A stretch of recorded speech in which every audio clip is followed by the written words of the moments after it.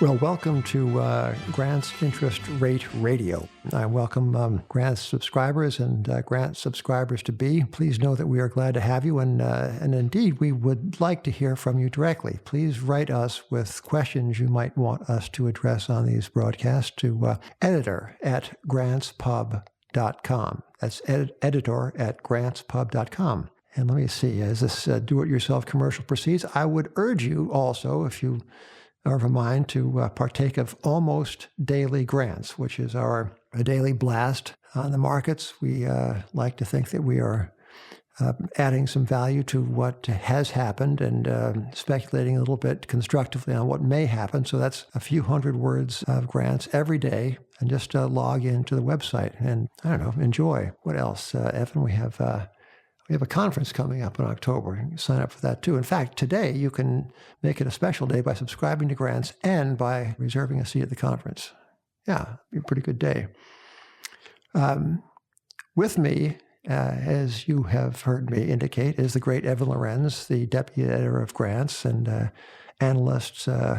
I was going to say par excellence. I'm going to say non-pareil. And non-pareil being a French term, will introduce one of the topics of today's podcast, Evan, which is the goings-on in France. Now, I can't pretend to be an authority on that great country sitting here in Lower Manhattan, but I do have some data which I would like to share with you. This strikes me as just absolutely crazy. So as you know, ladies and gentlemen, there is upcoming imminently in France an election that may just wind up pitting, possibly, if all goes well, or as the case may be, as according to preference, badly, in the first round elections, which I think are coming up on Sunday. If all goes badly, let us say, on that election, we may see a runoff between Marine Le Pen on the one hand and Jean-Luc Mélenchon on the other, he being on the left hand and Marine being on the right hand. Now, Marine stands for approximately the exit of France from the euro and the ultimate restoration of the rather unmourned French franc. Jean-Luc Mélenchon stands for basically confiscation of income. However, that would be some mitigation of that threat because you work less in exchange for 90% marginal tax rate. So that's that program. So, Evan, this is a question to an answer. I know you know because you have furnished me with the answer. But would you care to guess how French securities are priced in expectation of the possibility of this existential threat to French financial stability and indeed to the euro? Given the breathless coverage from analysts talking about how the French bonds have been selling off, I'd guess the two-year bond is roughly negative. Correct. As we speak, the French two-year bond is quoted at minus 33.6 basis points.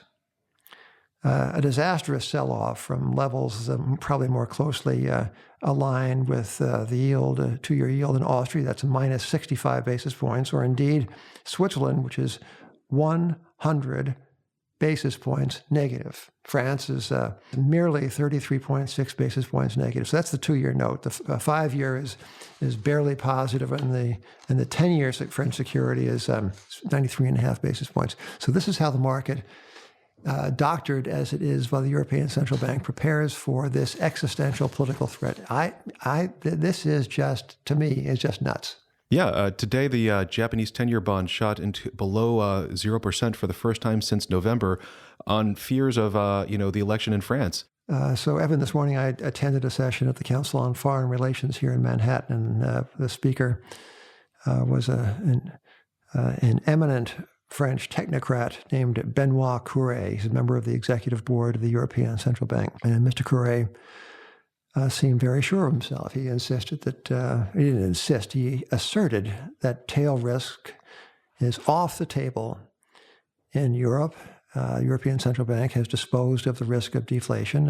It has bought bonds judiciously in the interest of French growth. I asked him, quoting the wise Frenchman of the 19th century, Friedrich Bastiat. I said, Friedrich Bastiat said, apropos of government policy, that there is that which is seen and that which is unseen. And that which is seen in Europe now is at least some level of positive economic growth and, some level of financial prosperity, all very good. But I said, Mr. Courbet said, what might constitute the unseen adverse consequences of these policies, which feature, as readers of Grants know, rates of growth in the French balance sheet, in the European Central Bank balance sheet, bordering on 40% per annum. What might be the adverse consequences? I asked Mr. Courbet, and he said, and he enumerated some rather bland possibilities of disappointment. But he did not mention the systematic manipulation of yields and the suppression of the evidence of risk through the suppression of yields. And I thought it was a rather extraordinary display of sang-froid, to use another French expression. Now, Evan, I know that you have been studying the complacency of central bankers on the North American continent. Will you care to report what you have found? Yeah, the Fed in its March minutes basically came out and said, we're going to continue raising rates, and in the second half of 2017, we're going to actually begin shrinking our balance sheet. We'll run off our securities portfolio. And in a survey the Wall Street Journal did last week of economists, most economists seem to agree with that sentiment. This week, Stanley Fischer, who's the vice chairman of the Fed, gave a speech that was a bit remarkable for its blasé attitude towards risk and towards the unintended consequences of central bank action. He said, note the lack of market reaction when we released our minutes. Nobody was shocked that we're going to sell off our securities portfolio. This means we're doing everything right, and we'll be able to, reduce our $4.4 trillion. Well, this strikes me as remarkable on several counts, one of which is that the Fed, I say, evidences a deep institutional suspicion of markets and of price discovery. And I say this on the evidence of the post-2007 extraordinary, now rather conventional, Fed actions to raise up asset prices and horse around interest rates. So the Fed, on the evidence of the past almost 10 years, has shown a certain contempt, or at least it's a loaded word, disdain, or judges itself wiser, I would say, in setting prices that markets might be in discovering them. And let us pause here, Evan, and note that it will soon be 10 years that these extraordinary policies were put in place with the explicit promise, certainly with the implicit one, that they would be short-lived and emergency measures only. They remind me a little bit of the temporary World War II housing called Quonset huts that still standing 60 or 65 years later on certain state college campuses. Evan, as you were saying, Stanley Fischer is at peace. He's at peace, and he even asked himself, can the Fed be too transparent, too predictable? But on the Fed and the markets, Dudley, the president of the New York Fed, has come out multiple times and said the markets are just one tool in order to affect Fed policy. We've flooded the system with so many excess reserves through three rounds of quantitative easing that we can't really move short-term rates that easy. But we can influence market prices. He is making our point that money itself has become an instrument of national policy, of course. The value of money, and a mere tool in the so-called tool chest, which phrase I find cringe-making, and that the stock market and the bond market are likewise instruments of monetary policy, rather than, say, places where people try to discover value. It is, Evan, I'm doing very well to keep my temper, but you please do proceed. The question is, what can go wrong? Right now, global bankers and their cohorts see a world that's doing pretty well. The IMF came out this week and raised its estimates for 2017 global growth to 3.5%. Last year, the agency believes the world grew at 3.1%. This week, China announced that fourth quarter GDP grew at 6.9%, which is a 2-year high. Would those be audited data, Evan? They would not be audited.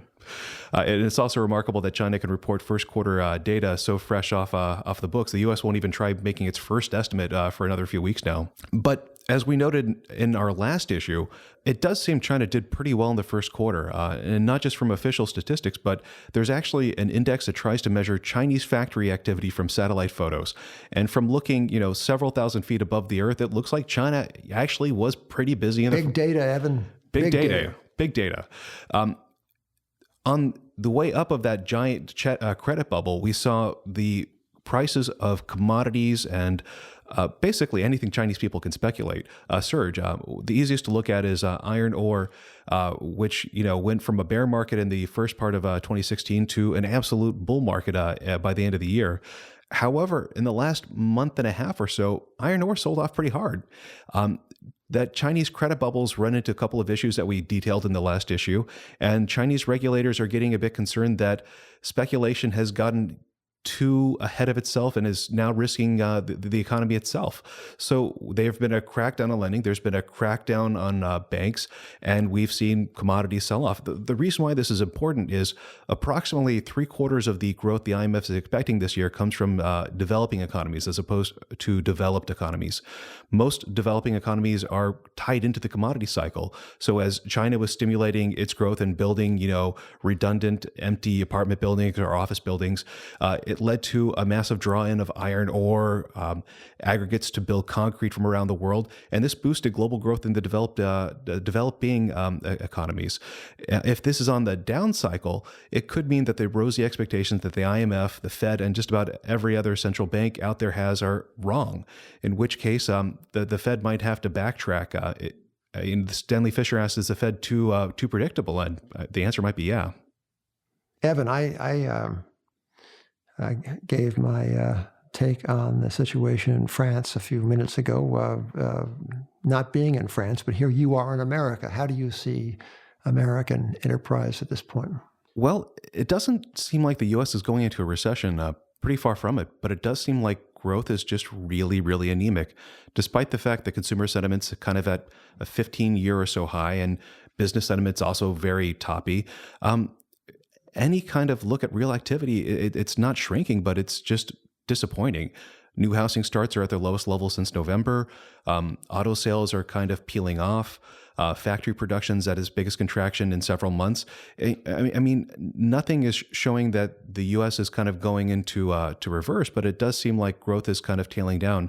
The Atlanta Fed's GDP Now model, which is trying to predict what's happening in the first quarter, now thinks that the first quarter growth is going to be at 0.5%, 50 basis points. Well, as a man says, we'll know more in 4 or 5 years.